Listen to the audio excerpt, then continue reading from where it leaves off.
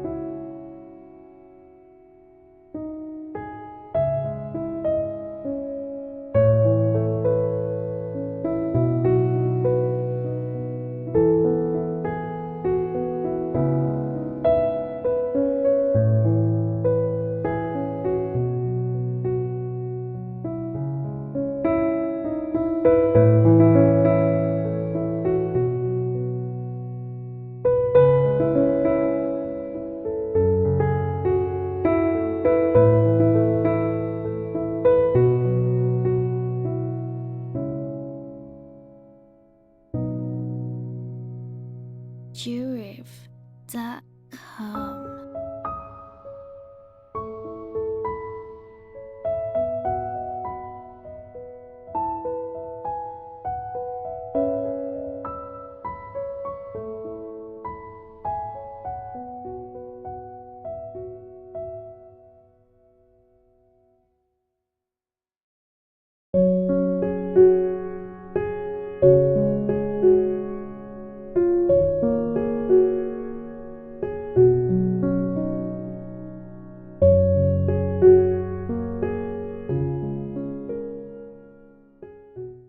Mama Dadang, we will love you and will miss you forever.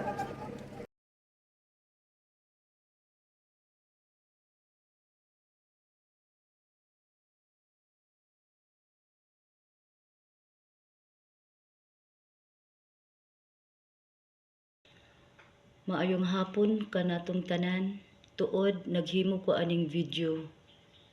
Kay duna ko'y mga tao nga gustong pasalamatan. In behalf sa Lirin and Sarsali family, Ako magpasalamat og dako uyamot. Ilabi na sa mga tawo nga miduyog sa among kasubo karon panahona.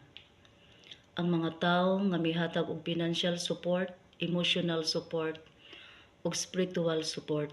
Daghan kaayong salamat kaninyong tanan. Sa Travero family, grabe jud.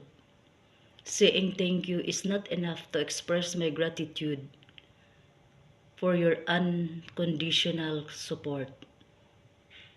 Ilabi na ni Joby, thank you very much Job for your unconditional care to my ate Dadang. Very much appreciated.